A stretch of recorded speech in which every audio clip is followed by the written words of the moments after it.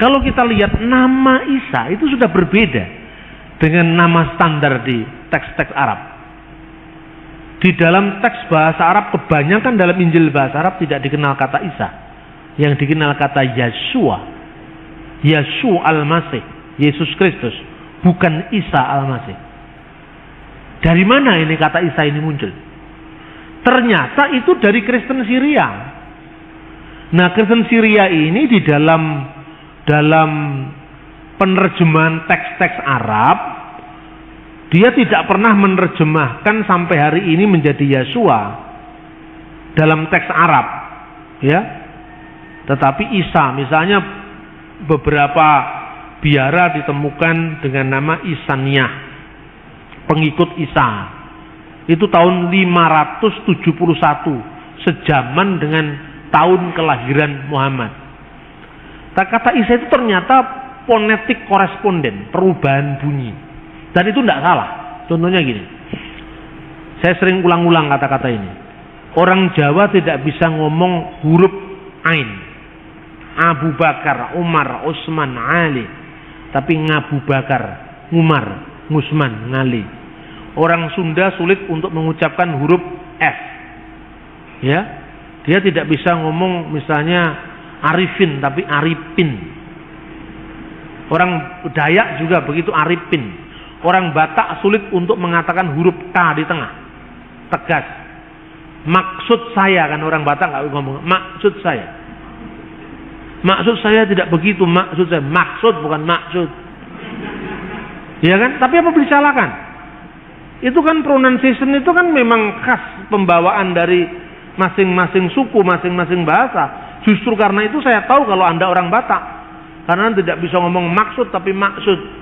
Kalau disuruh ngomong sebetulnya bisa, tapi karena udah keenakan begitu.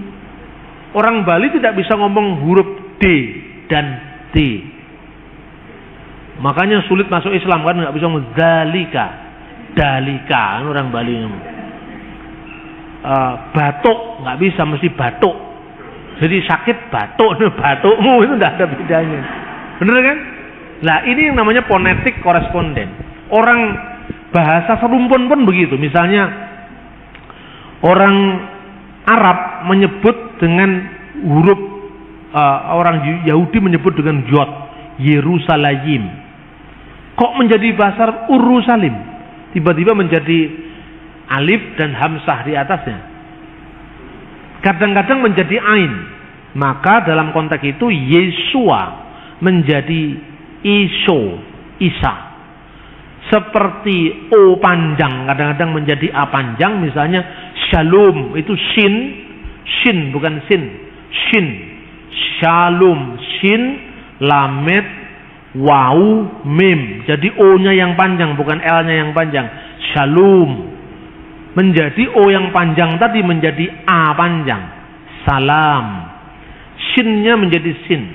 Jadi bukan Shalom tapi Salam. Shalom alaikum, assalamu alaikum. A-nya yang panjang. Maka seperti Shalom menjadi salam, Iso menjadi Isya. Seperti Yesaya menjadi Isaya, Yeremia menjadi Irmia, Yerusalem menjadi Urusalim, Yordan menjadi Urdun, maka Yeshua menjadi Isa. Ini fonetik koresponden. Tapi bukti manuskripnya tidak ada Injil yang pernah memakai kata Isa. Kenapa di sini kok pakai kata Isa? Karena Islam mendasarkan tradisi lisan, bukan tradisi tertulis. Ini bukti lagi bahwa zaman Muhammad Injil belum diterjemahkan dalam bahasa Arab. Kan begitu. Terus kemudian banyak teks-teks lain yang dipengaruhi bahasa Arab. Misalnya nama Yuhanna menjadi Yahya. Itu Yahya. Dalam dialek Syria Barat Yuhanna. Tapi ada beberapa dialek Syria Timur, Palestinain, Aramaik itu adalah Yahya. Yahya menjadi Yahya. Kemudian muncul lagi kata-kata kalau Abraham menjadi Ibrahim itu umum sekali. Seperti misalnya kata Nimrod menjadi Namrud, Ibrahim menjadi Ibrahim. Itu dalam gejala bahasa namanya metatesis, ya, metatesis. Itu contohnya banyak. Nah, kemudian dari konteks perjanjian lama banyak narasi-narasi dari Talmud yang kemudian masuk mewarnai teks Islam, Al-Quran misalnya. Ibrahim dibakar tidak mempan dalam api. Dari mana sumbernya? Ternyata itu seorang rabi Yahudi abad kedua Masehi, ya, Pirkei Rabi Eliezer menerjemahkan Ur itu Ur menjadi Ur. Jadi di situ dikatakan Ani Adonai Asher Hosetika Me Ur Kasdim. Kejadian pasal 15. Akulah Tuhan yang telah mengeluarkan engkau dari Ur Kasdim. Itu firman-Nya kepada Abraham. Dibaca oleh Pirkei Rabi Eliezer, Ani Adonai Asher Hosetika Me Ur Kasdim. Akulah yang Tuhan yang mengeluarkan engkau dari api negeri Kasdim. Maka kemudian konteksnya Abraham dibakar tidak mempan. Itu sebenarnya tidak ada dalam teks. Itu karena kesalahan transmisi teks. Contoh yang lain misalnya, kisah tentang Sulaiman, Salomo, yang memasuki Ratu Seba, yang dalam tradisi Yahudi abad kedua ketiga Masehi disebut Bilqis. Kemudian nama itu masuk dalam Al-Quran Bilqis. Itu kemudian ketika Ratu Seba ini datang ke istananya Salomo, istana itu dibuat tempat duduknya, lantainya dari kaca. Nah, ketika dari kaca, kemudian Ratu Bilqis itu menyibakkan kainnya. Nah, kemudian di dalam cerita legenda sampai Salomo melihat bulu-bulu betisnya. Lah ini tambahan lagi yang pikiran-pikiran keras mendapat tempat di situ. Karena dia menyingkapkan kainnya. Dipikirnya itu adalah air, padahal itu adalah kaca. Nah, sebelumnya itu menggambarkan kehebatan Salomo itu digambarkan. Waktu itu pasukan burung-burung semua menghadap kepada Salomo. Kemudian Salomo ketika melihat memeriksa barisannya, ini dari sebuah komentar kitab Ester, tapi tradisi ekstra kanonik Yahudi, tradisi yang tidak resmi di kalangan Yahudi, yang tersebar dalam bentuk dongeng orang-orang Yahudi di Madinah saat itu. Digambarkan bahwa mana semua burung sudah hadir, semua makhluk sudah hadir, kecuali bulbul yang tidak hadir. Nah, di dalam teks tafsir Ester itu sebetulnya disebut ayam jantan yang tidak hadir. Tapi kemudian nggak tahu dalam konteks Al-Quran burung dengan ayam kan mirip. Lalu diartikan di situ bulbul. Bulbul di mana? Sulaiman sangat jengkelnya mau membunuh bulbul itu. Tapi tidak lama kemudian bulbul datang kasih laporan. Di muka bumi ini ada satu kerajaan yang belum tunduk pada Anda, yaitu kerajaan Seba.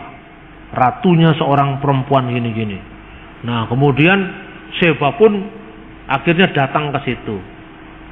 Terus kemudian dalam itu menurut Targum Ester, ya, ekstra kanonik.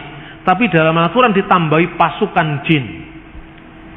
Nah, Anda teliti bulbul itu bahasa apa? Pasti bukan bahasa Arab asli. Itu bisa dilacak. Kemungkinan itu beberapa ahli menduga itu dari unsur Ethiopia. Dan kenapa Ethiopia? Ethiopia pernah hubungan intens dengan Islam. Raja Negus al-Asyam itu dari sumber perjanjian lama. Terus kemudian ada fakta-fakta kristologi yang dikaburkan.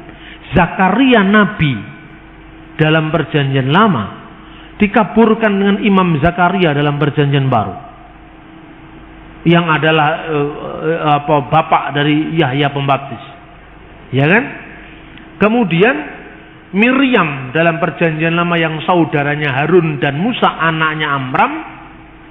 Amram punya anak Musa, Harun dan Miriam kan? Dikaburkan dengan Maria perjanjian baru, sehingga ketika Maria membawa anaknya tanpa menanyakan, tanpa memberitahu siapa bapaknya Yesus itu, ya kan?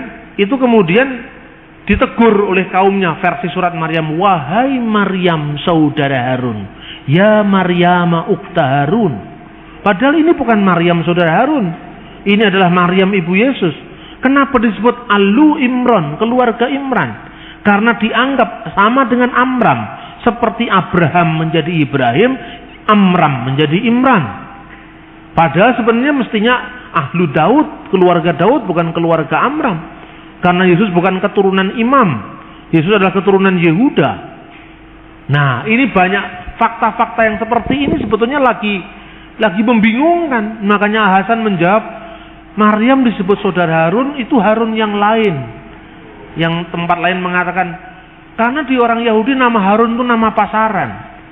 Di tempat lain dikatakan karena dia beriman seperti imannya Nabi Harun. Nah, tapi kalau itu kebetulan, bagaimana kebetulan sampai 2 kali? Kebetulan itu cuma 1 kali. Maryam anaknya Imran dalam surat At-Takrim, dan Maryam saudara Harun 2 kali. Ini fakta-fakta sejarah. Kemudian ketika ditanya seperti itu, Yesus dalam kandungan tadi menjawab, akulah Nabi. Nah, akulah Nabi. Coba teksnya. Anda bisa baca pada halaman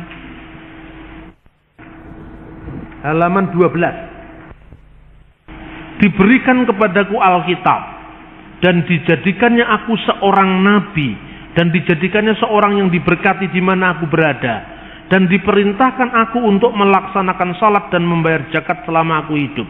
Di sini kata salat ditulis dengan bisolawat wa zakawat. Tetapi ini kalau dibaca dalam teks standar menurut vokalisasi yang diberikan tradisi Islam. Tapi di sini biasanya kata salat dalam literatur hadis yang lebih mudah ditulis dengan shot lam alif tak marbutoh, bukan waw tapi tak marbutoh. Kenapa di sini solawat bukan solat? Pembacaan lain yang ditawarkan oleh orientalis bukan solawat bacaannya, tetapi selota, karena itu pengaruh bahasa Arab. Begitu juga zakawat, ini bacaan teks Islam, jamak dari kata zakat.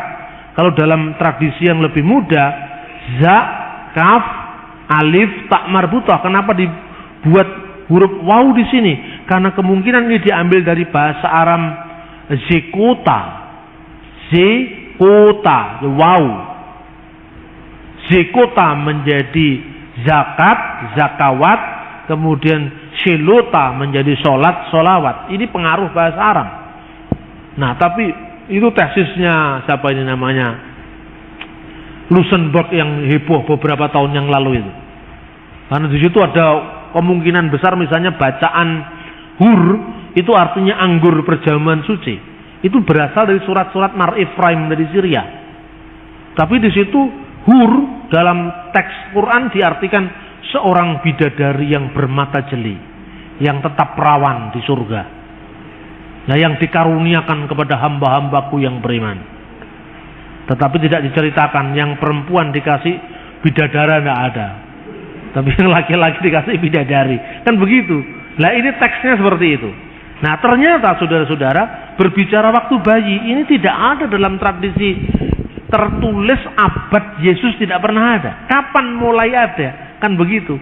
Ini ternyata berasal dari buku yang judul Injil Tufuliah, The Arabic Gospel of Infancy, Injil Tufuliah. Dan buku ini baru muncul abad ke-7, terjemahan The First Gospel of Infancy dari bahasa Suryani, bahasa Syria, abad ke-4 dan abad ke-5 diterjemahkan dalam bahasa Koptik. Bunyinya seperti ini.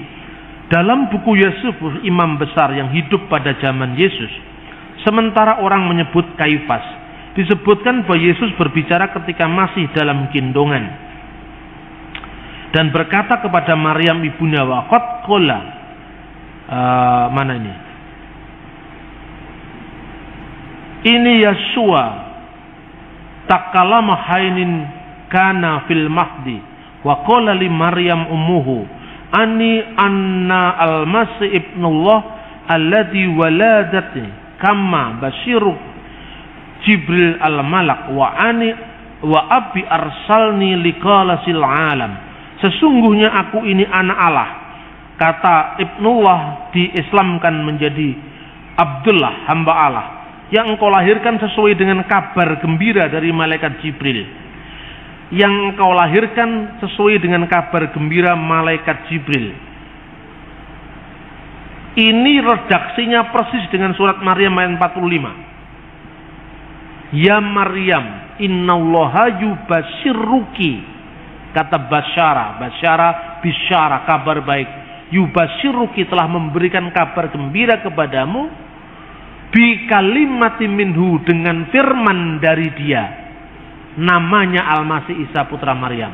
Yang memberitakan ini, idkhalatil malaika, berkatalah malaikat.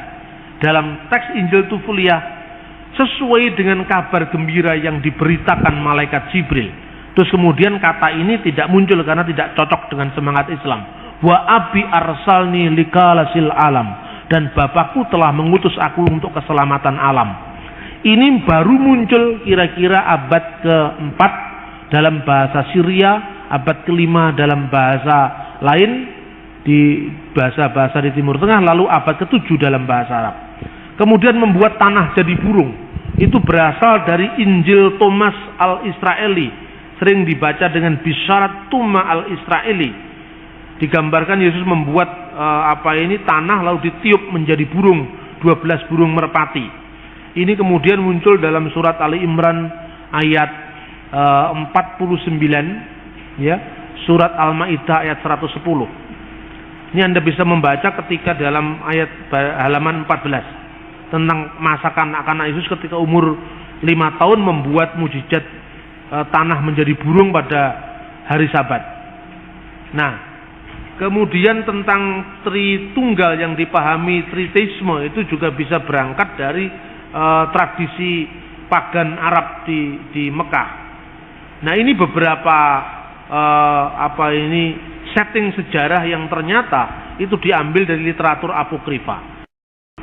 Saya pun misalnya ketika saya ngomong di kelompoknya Salihara itu, kelompoknya Gunawan Muhammad, saya bicara begini. Tidak ada agama yang tidak saling meminjam tradisi agama sebelumnya. Saya memberikan contoh. Contohnya dulu adalah kata Sabat dalam bahasa Ibrani. Itu berasal dari kata Sabatu, bahasa Akadia. Itu konteksnya dengan Dewa Marduk.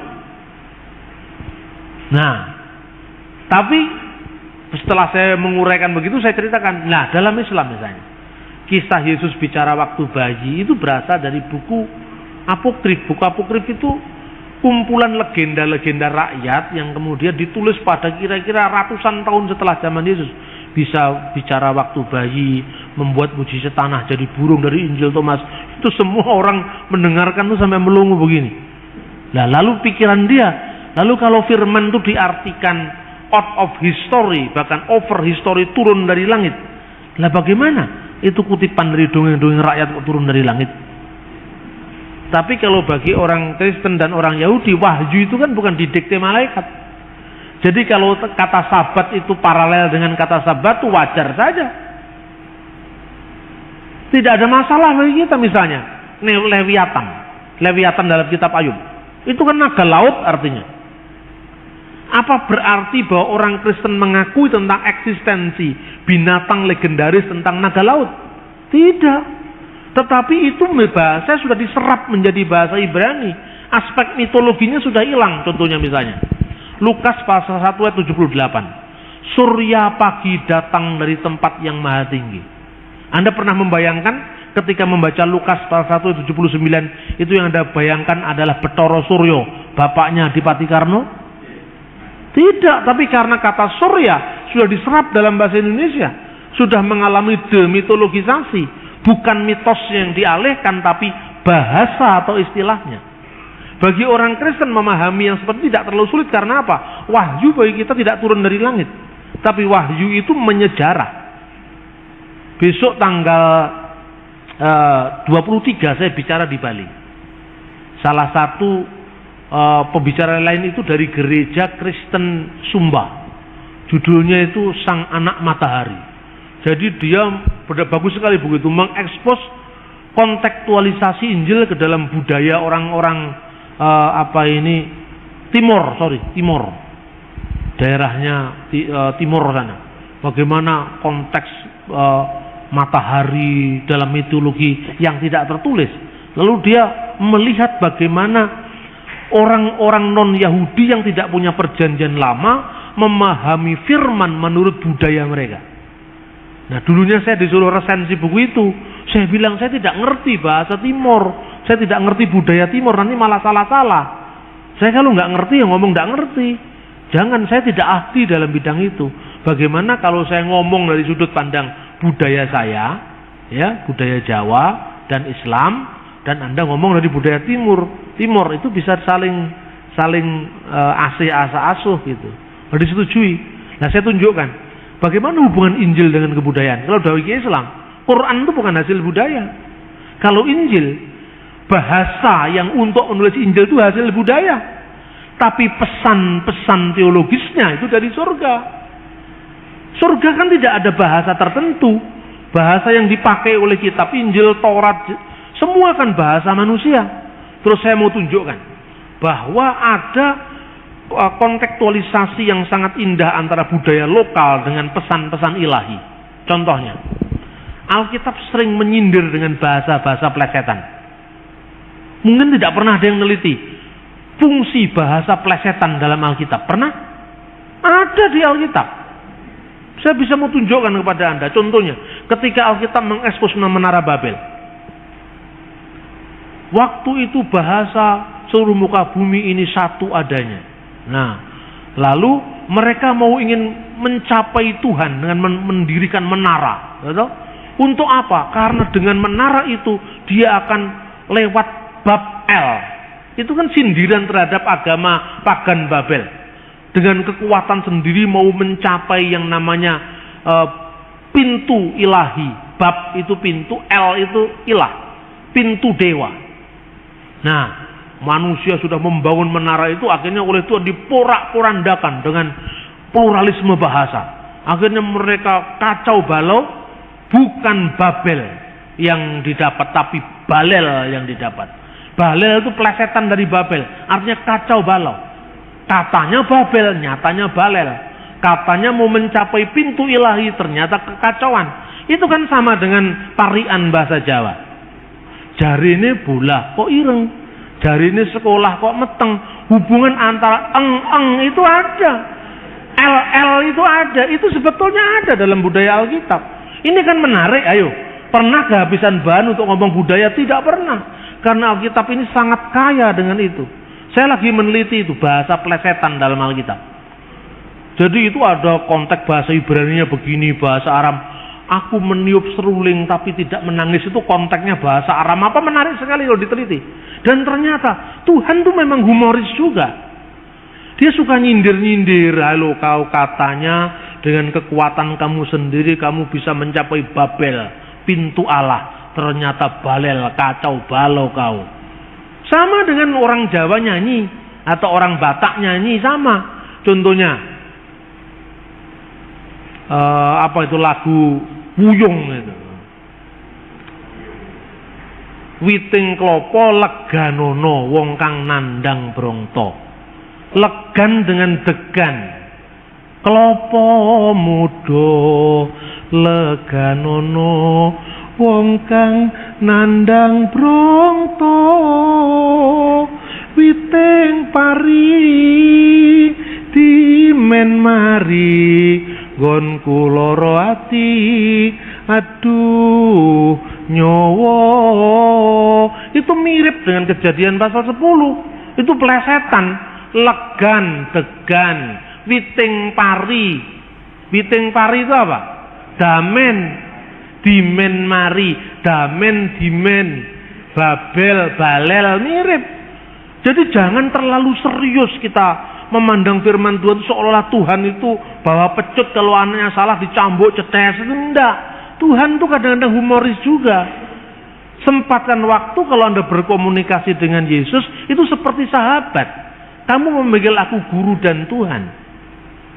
Nah, ini contohnya. Ada teman saya, dia tanya kepada saya, Pak, apa menghadap Tuhan itu begitu seriusnya? Kalau di GKJW, itu kalau setiap hari pekan-pekan tertentu gitu semua pakai batik. Jadi kalau nggak pakai batik seolah-olah itu kurang menghormati Tuhan, ya kan? Orang Pentakosta selalu harus pakai dasi. Kalau nggak pakai dasi nggak menghormati Tuhan. Loh kalau kemudian orang Tengger pakai sarung apa nggak menghormati Tuhan? Ini kan pemaksaan budaya. Nah, semoga hal-hal seperti ini bisa mencerahkan. Karena banyak hal yang bisa digali dari firman Tuhan. Dari karya sastranya, dari budayanya, sejarahnya, arkeologinya. Tuhan memberkati kita.